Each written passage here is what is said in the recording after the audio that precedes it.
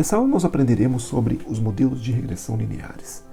Esses modelos são extremamente importantes porque eles permitem modelar a relação linear entre duas ou mais variáveis.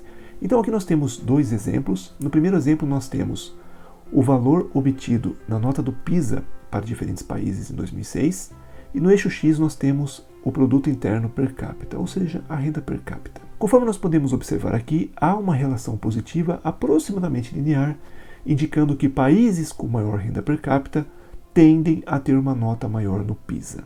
Nesse segundo exemplo, nós temos aqui a incidência do câncer de colo de útero e nós temos o consumo de carne em gramas para diferentes países.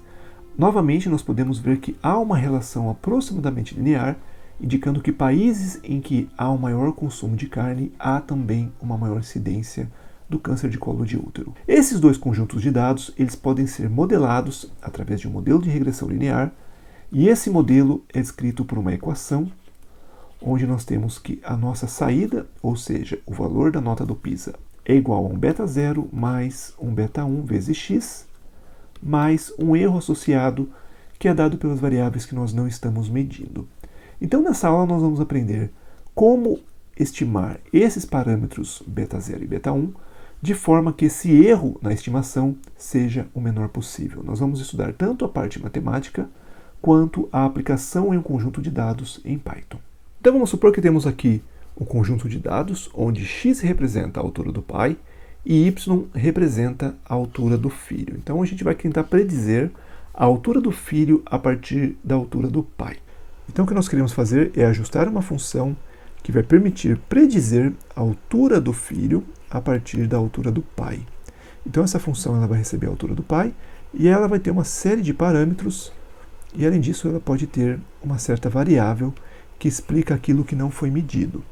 Então nesse caso aqui, vamos assumir que essa função é uma função linear, então vai ser algo mais ou menos assim. E aí eu posso dizer então que esse meu yi ele vai ser proporcional a um beta0 mais um beta1 xi, onde esse beta0, na verdade, ele é meu intercepto, é onde essa reta vai ter x igual a zero, e o beta1, na verdade, ele é a inclinação dessa reta. Mas notem o seguinte, quando nós formos ajustar esse modelo, pode ser que a altura do pai não seja suficiente para explicar a altura do filho. Então, nesse caso, nós temos que ajustar o modelo de forma que a gente possa incluir essas variáveis que não foram medidas. Então eu posso escrever que o yi ele vai ser igual, aqui é proporcional, agora ele vai ser igual a um beta0 mais um beta1 xi, e nós vamos incluir uma outra variável aleatória, yi, que vai representar as variáveis que não foram incluídas no modelo. Então a altura do filho, ela depende da altura do pai, mas também ela depende do quê? Ela depende da altura da mãe, depende da alimentação, depende do fato que essa pessoa faz exercícios ou não. Então tem uma série de fatores que nós não incluímos no modelo, mas esses fatores são incluídos nessa variável epsilon. Essa é a variável epsilon, então ela vai representar o meu erro nessa predição. Então o objetivo dessa aula é nós aprendermos como estimar esses parâmetros beta0 e beta1, de forma que o erro na predição desse meu yi seja o menor possível. Então nós vamos encontrar qual é a melhor reta que descreve esses dados. A gente vai utilizar para isso o conjunto de treinamento e depois nós aplicamos esse modelo no conjunto de teste para fazer as predições. Então nessa aula nós vamos aprender sobre o modelo de regressão linear mais simples possível, que é aquele que nós tentamos predizer os valores de y a partir de uma única variável, mas esses modelos são fundamentais porque eles são a base para outros modelos mais sofisticados. Então nessa aula nós vamos aprender o modelo de regressão mais simples que existe, que nós temos apenas uma variável para tentar predizer y, e nós vamos ver tanto a parte teórica, que nós vamos deduzir esses parâmetros beta0 e beta1, e vamos também utilizar esse modelo em Python. Então nós vamos pegar um conjunto de dados e vamos implementar esse modelo em Python e mostrar como que ele funciona na prática. Então esse aqui vai ser o nosso modelo de regressão linear, e a gente vai assumir que esse erro, que representa tudo aquilo que a gente não consegue medir, ele tem distribuição normal com média zero e variância sigma ao quadrado. Então, na verdade, a gente pode ver por essa figura que o erro ele é a diferença entre o valor observado e o valor predito. Então a gente pode escrever que esse εi, ele nada mais é que o valor predito, y chapéu de i, menos o valor que eu observei. Então, o que vai acontecer aqui? Quando eu assumo que esse epsilon tem distribuição normal com média zero e variância sigma ao quadrado, eu estou assumindo então que ao redor desse modelo que eu estimei, eu tenho uma distribuição normal. Então, o valor que eu observo nada mais é que uma realização dessa distribuição normal centrada nessa reta, então por isso que ela diverge um pouco. É claro, vai ter uma probabilidade de estar longe dessa reta, mas a probabilidade maior é de cair em cima dessa reta, porque como o epsilon vai ter média igual a zero, então o máximo dessa distribuição vai ser onde está o valor que foi predito. Então, com isso, eu consigo ter uma interpretação probabilística do modelo, e essa interpretação probabilística vai permitir com que a gente possa estimar os parâmetros desse modelo. Então, notem, beta 0, beta 1 e sigma quadrado vão ser os parâmetros, eles são fixos e desconhecidos. Notem que eles são fixos. Se fosse uma interpretação bayesiana, eles seriam também variáveis aleatórias. Mas no nosso caso, vamos começar com o caso mais simples, que é quando esses parâmetros são fixos. Então, o nosso objetivo é encontrar os melhores valores de beta 0 e beta 1 que forneçam o melhor ajuste. E além disso, a gente assume que a gente tem mais do que 3 observações e que os xis não são idênticos. Então, agora, a gente vai aprender como que a gente ajusta esse modelo. Então, escrevendo agora o modelo em termos de variáveis aleatórias, y vai ser a minha variável resposta e x vai ser o meu preditor. E a gente assume que o nosso erro, epsilon, ele é normalmente distribuído com média zero e variância sigma ao quadrado. Então, primeiramente, vamos calcular a esperança em ambos os lados dessa equação. Então, a gente vai ter que a esperança de y ele é igual à esperança de beta 0 mais beta 1x mais epsilon. Mas lembre-se, a esperança é uma função linear, ou seja, a esperança de x mais y é igual à esperança de x mais a esperança de y. Então eu posso escrever da seguinte forma, eu posso escrever que isso aqui vai ser a esperança de y, vai ser igual à esperança de beta 0 mais a esperança de beta 1x mais a esperança de epsilon. Ou ainda, a constante ela sai para fora, e no caso da esperança de uma constante é a própria constante. Então eu posso escrever que a esperança de y é simplesmente beta 0 mais beta 1 esperança de x. Porque, na verdade, esse último termo aqui, ele é igual a zero. Por quê? Porque eu assumi que a média é igual a zero, então a esperança de epsilon é igual a zero. Então, dessa relação, a gente tira aqui beta 0 é igual à esperança de y menos beta 1 esperança de x. E vamos agora calcular a covariância entre x e y. Então, eu vou ter aqui a covariância entre x e y é a covariância entre x e y, que nada mais é que beta 0 mais beta 1 vezes x. Então, agora, abrindo, vou ter simplesmente covariância entre x e beta 0 mais a covariância entre x e beta 1x. O beta 0 pode sair para fora, aí vou ter a covariância de x, 1. Lembre-se, quem que é covariância? Só para a gente lembrar, covariância entre x e y nada mais é que a esperança de x vezes y menos a esperança de x vezes a esperança de y. Então, nesse caso aqui, eu posso simplesmente tirar essa constante para fora, que a gente pode ver que a gente só tem esperança é uma função linear, então a constante pode sair para fora. E no outro caso ali também, então seria beta 1 covariância de x, x. Bom, covariância de x, 1 é a covariância de x com uma constante. Então, isso aqui vai dar 0. E a covariância de x com ele mesmo é a nossa variância. Então, se eu substituir aqui simplesmente y por x, daria a esperança de x ao quadrado menos a esperança de x ao quadrado. Isso daqui nada mais é que é a variância de x. Então, daqui a gente tira o segundo resultado, em que a covariância de xy nada mais é que beta 1 variância de x. Então, disso a gente conclui que beta 1 é igual a covariância de xy dividido pela variância de x. Com essas quantidades, elas valem para variáveis aleatórias, mas na prática a gente acaba utilizando os estimadores de máxima verossimilhança. Para o caso da média, que a gente vai ter que calcular a esperança de y e a esperança de x, a gente vai utilizar simplesmente x barra, que é simplesmente 1 sobre n, somatório de igual a 1 até n de xi, da mesma forma que y barra. Para o caso da variância, a gente vai utilizar simplesmente o estimador da variância, que a gente chama de SXX, ele vai ser simplesmente um somatório de igual a 1 até n de xi menos x barra ao quadrado. E para o caso da covariância, então com isso, a gente pode escrever que beta1 chapéu, que vai ser o valor que eu vou estimar, vai ser simplesmente SXY dividido por SXX, e o meu beta0 chapéu, que é o valor que eu vou estimar, é simplesmente y barra menos beta1 chapéu x barra. Então agora vamos verificar como a gente implementa isso em Python para ficar mais claro como que a gente faz essa estimação usando esses estimadores, e assim a gente vai conseguir encontrar a melhor reta que se adequa aos dados observados. Então aqui a gente tem a implementação do modelo. Então inicialmente a gente vai criar dois vetores x e y. Esses dois vetores têm uma relação aproximadamente linear, a gente pode ver que parece que dá para ajustar por uma reta.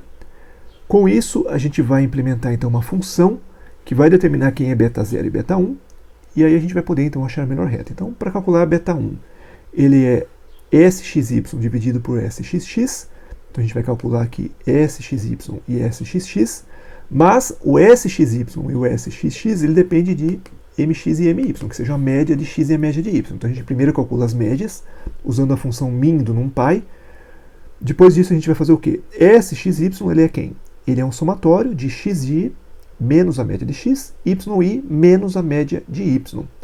E a variância é simplesmente o valor de x menos a média ao quadrado. Então com isso a gente calcula o beta0, calcula o beta1. E depois a gente faz uma função também que vai plotar os resultados. Então ele vai plotar simplesmente a curva ajustada, que vai demonstrar o melhor modelo. Então feito isso, então a gente plotando, então está aqui em vermelho o modelo ajustado, e em azul são os pontos observados. Então nesse caso a gente obteve beta0 é 1.23, beta1 é 1.16. Então esse é o modelo de regressão linear que se ajusta aos dados que a gente observou. Então a gente vê que a implementação é bastante simples. Basicamente a gente tem que implementar uma função para calcular beta0 e beta1 seguindo essas equações. E se eu calcular a variância de y, vai ser simplesmente variância de y. A variância de uma constante é igual a zero, e a variância de uma constante vezes x, a constante sai para fora com o quadrado. Então seria a ao quadrado variância de x. Então com isso, a gente vai ter que vai ser beta1 ao quadrado vezes a variância de x mais a variância de epsilon. E a variância de epsilon é simplesmente sigma ao quadrado. Então notem que a aleatoriedade de y, ela vem de duas fontes. Ela vem de x e ela vem de epsilon. E esse termo, a variância de epsilon, ele é a variância que sobra em y quando conhecemos x. Então podemos definir um índice que vai medir a proporção da variância de y que é explicada por x. Então a gente pode definir ρ ao quadrado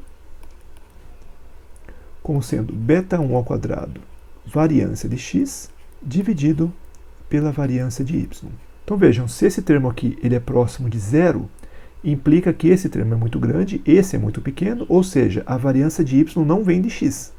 Por outro lado, se ele é próximo de 1, então essa variância que está aqui em cima, ela é aproximadamente igual a essa, então a gente pode dizer que o modelo se ajusta muito bem. Então a gente vai ter que esse termo ele é simplesmente limitado entre 0 e 1, onde ρ próximo de 1 indica que y pode ser estimado como uma combinação linear de x. No entanto, a gente tem o seguinte, a gente tem que beta1 é simplesmente a covariância de x dividido pela variância de x. Então, se eu substituir nessa relação, a gente vai tirar aqui ρ ao quadrado é simplesmente covariância de xy Como multiplica pela covariância de novo, vai dar covariância ao quadrado, dividido por v de x, v de y.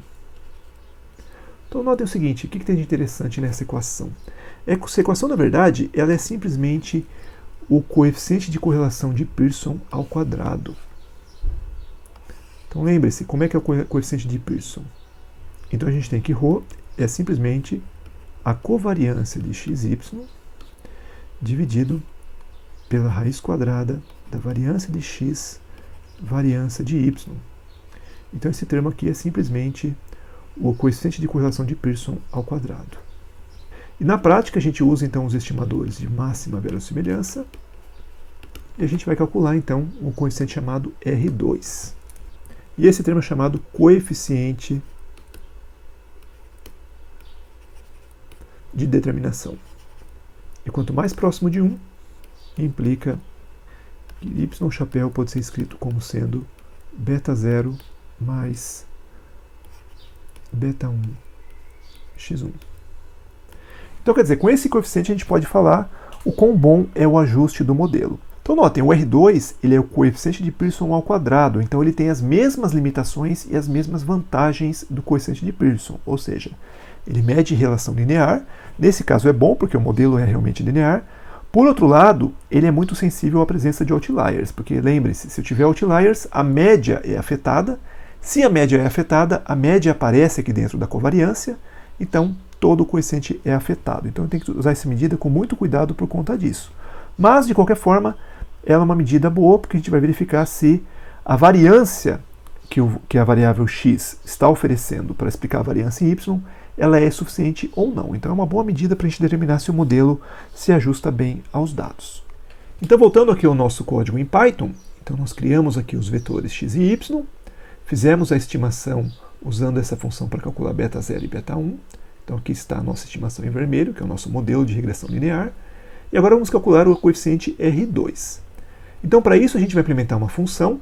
Essa função vai usar essa equação aqui, ou seja, nós calculamos a covariância de x e y e elevamos ao quadrado. Então nós usamos esse for para calcular a covariância, que é o SXY.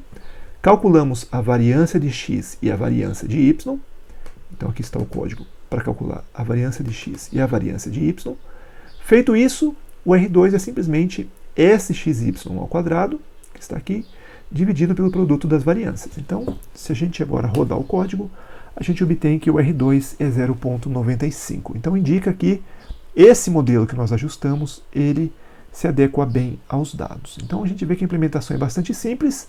Na prática, obviamente que a gente poderia usar uma função pronta do Python para calcular o coeficiente de Pearson, e aí bastaria multiplicar o coeficiente por ele mesmo. Ou há implementações do Python também para calcular o R2, mas a gente vai usar essas implementações quando nós formos calcular para o caso multivariado. Para o caso univariado é muito simples, então a gente implementa para a gente ter uma boa ideia, ter uma boa intuição de como que esses modelos devem ser implementados em Python. Depois de ajustar o modelo, nós precisamos testar as hipóteses para ver se esse modelo é significativo. Então a gente vai fazer um teste de hipóteses, onde a hipótese nula a gente vai assumir que não há relação entre x e y, então essa a gente sempre assume como sendo verdadeira.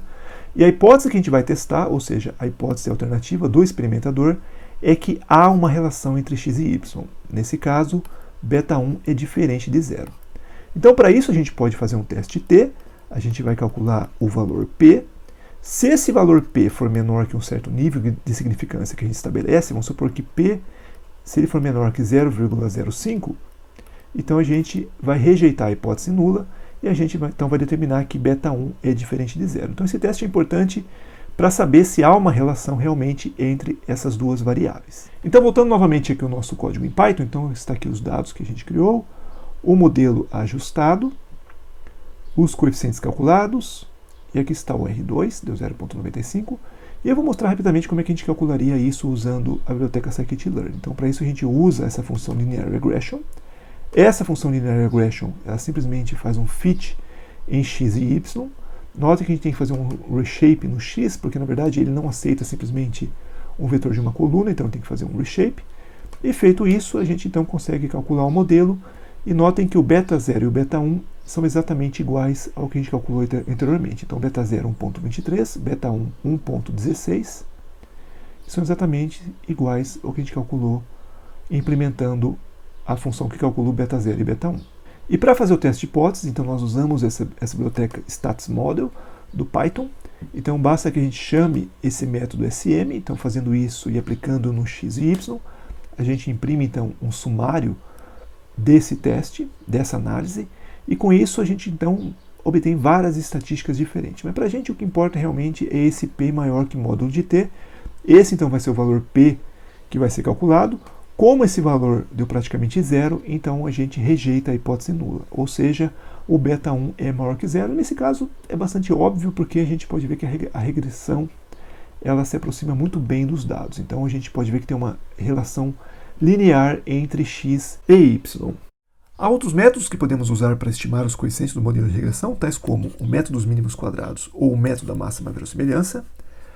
Embora sejam métodos baseados em conceitos diferentes, eles vão oferecer os mesmos resultados que nós obtivemos nessa aula, e nas próximas aulas nós vamos continuar a estudar modelos de regressão. Basicamente vamos estudar como realizar o teste de hipóteses, ou seja, como nós verificamos se aquele modelo é significativo ou não, e se há realmente uma relação entre as variáveis. Vamos estudar também a regressão multivariada, ou seja, nós temos várias variáveis e queremos entender como essas variáveis estão influenciando a saída ou a resposta a y.